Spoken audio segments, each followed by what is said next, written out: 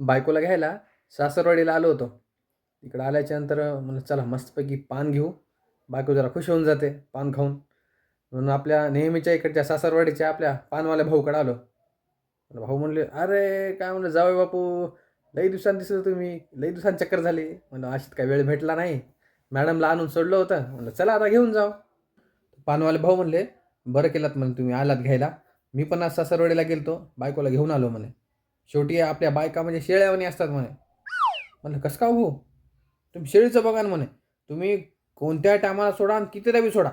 ती शेळी चरणार म्हणजे चरणार. तिचं पोटच भरत नाही. तसं काम आपल्या बायकांचं राहते" म्हणे. "त्यांना कितीदा सोडा वर्षातून आणि किती वेळाही सोडा. माहेरी सोडल्याच्या बाद त्यांचं पोटच भरत नाही.